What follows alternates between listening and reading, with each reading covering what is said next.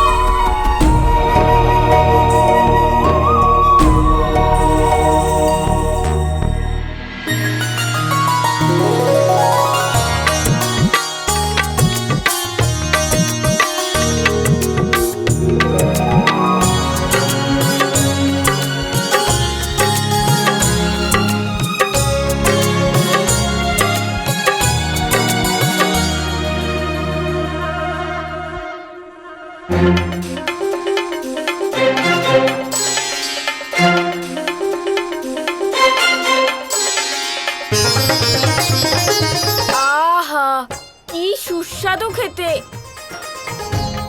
এরপর অন্য কিছু তো আর খেতেই ইচ্ছে করবে না। দেবী রাধা নিজের হাতে বানিয়েছেন যে। সত্যি মাতা, এ ক্ষীর অমৃত তুল্য। শ্রীকৃষ্ণর সাথে এমনটা করে আমি ঠিক করি। দেবী রাধার হাতে বানানো ক্ষীর আমি খেতে পারছি না।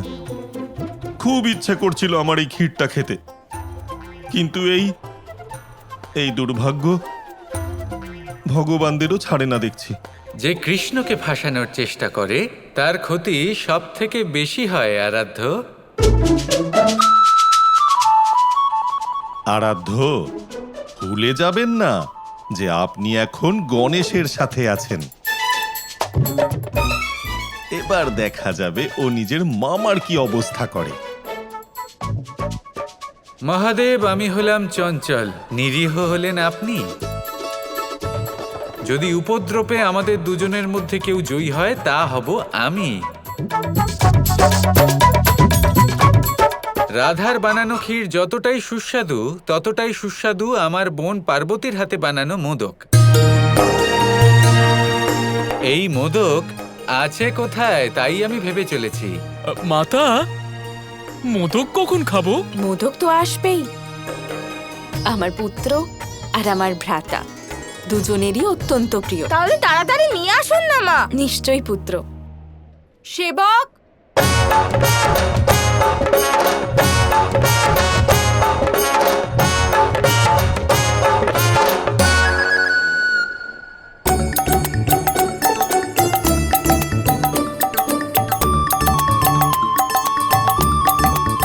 গণেশ, আমি তো শুনেছিলাম আমার ভাগ্নে এই রকম সেই রকম। এখানে আমি কি দেখছি? তুমি তো একটা একটা করে মোদক খেয়ে চলেছো, এসব কি? আমার এরকম করে খেতে ভালো লাগে। আমি তো ভেবেছিলাম তুমি একটা একটা মোদক নয়, একসাথে অনেকগুলো মোদক শেষ করে দেবে, সব একসাথে খেয়ে নেবে। আরে নিজের মায়ের হাতে বানানো মোদক বলে কথা, তোমার জন্যই বানিয়েছেন।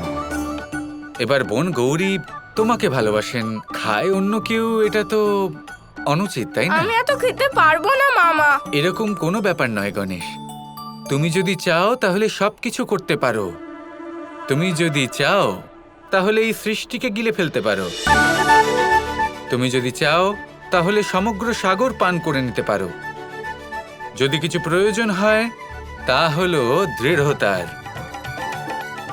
কিসের? দৃঢ়তার।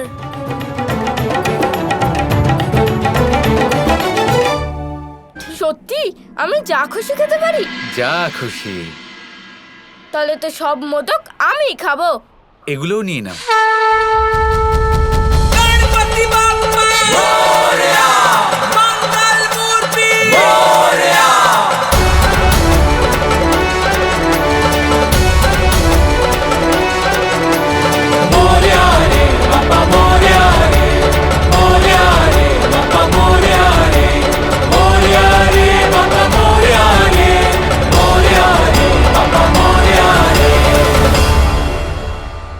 গণেশকে খেতে দেখে মন তৃপ্ত হয়ে গেল। আর তা হবে নাই বা কেন? এই সমগ্র সংসারে কেই বা আছেন যে বাল গণেশকে এইভাবে মোদক খেতে দেখে নিজে প্রসন্ন হবেন না?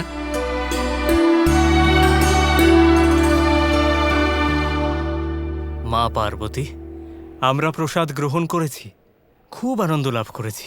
এবার অনুমতি দিন।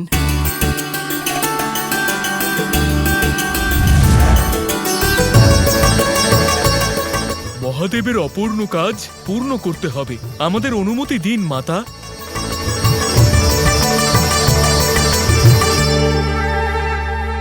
চিন্তা করবেন না, আমি কোথাও যাচ্ছি না। যতক্ষণ না আমাদের বাল গণেশ মোদক সম্পূর্ণরূপে খেয়ে নিচ্ছে ততক্ষণ আমি এখানেই থাকবো। বাল গণেশকে এইভাবে খেতে দেখে আমিও খুব প্রসন্ন হয়েছি। আসুন আসুন, তো আপনাদের মহাভোজ পর্ব মিটলো? কোনো সমস্যা উৎপন্ন হয়নি তো? যেখানে বিঘ্নহর্তা নিজেই আছেন সেখানে কিসের বিঘ্ন? সবকিছু প্রেম এবং আনন্দপূর্বক হয়েছিল মহাদেব। তবে কি আমাদের গণেশ নিজের মামাকে একটুও বিরক্ত করেনি? না প্রভু, দুজনে একসাথে বসেছিলেন, কিন্তু মা পার্বতীর হাতের বানানো মোদক শুধুমাত্র গণেশই খেয়েছে, আমরা কিচ্ছু পাইনি। পার্বতী এত কম মোদক বানিয়েছে যে আমার গণপেত্রা কেউ পেল না। এরকম কোনো ব্যাপার না প্রভু। মোদক পর্যাপ্ত পরিমাণেই হয়েছিল, কিন্তু সব মোদক গণেশ একাই খেয়ে ফেলেছে।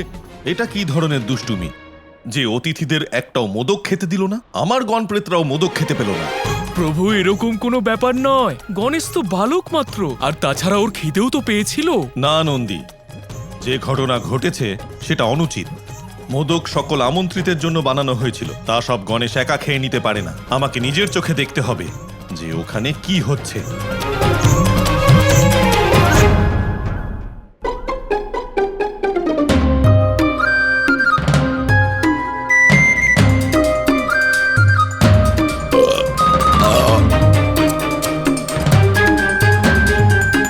ঠিক বলেছিলেন মামা আপনি, আমি যা খুশি করতে পারি। এই বোধ তোমার হয়ে গেছে? আমার কাজ শেষ হলো, এবার আমি আসি। একটু দাঁড়ান কৃষ্ণ। এবার এখানে থেকে আমি কি করব বোন? যা আমি দেখতে এসেছিলাম তা আমার দেখা হয়ে গেছে, যা করতে এসেছিলাম সেই কাজও সম্পন্ন হয়েছে। নিজের ভাগ্নেকে দেখতে এসেছিলেন না? হ্যাঁ হ্যাঁ, আর কি বা কাজ থাকতে পারে? নিজের ভাগ্নেকে দেখার ছিল, তাকে দেখে নিলাম। কৈলাসের মহাভোজে আমি অংশ নিতে চেয়েছিলাম, সেটাও হয়ে গেল। এত আনন্দ লাভের পর এবার আমার মনে হচ্ছে আমার বিদায় নেওয়া উচিত।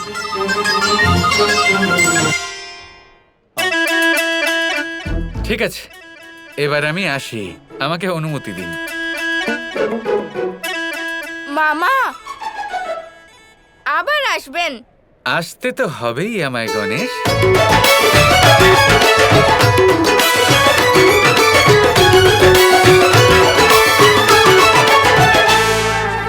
গণেশ,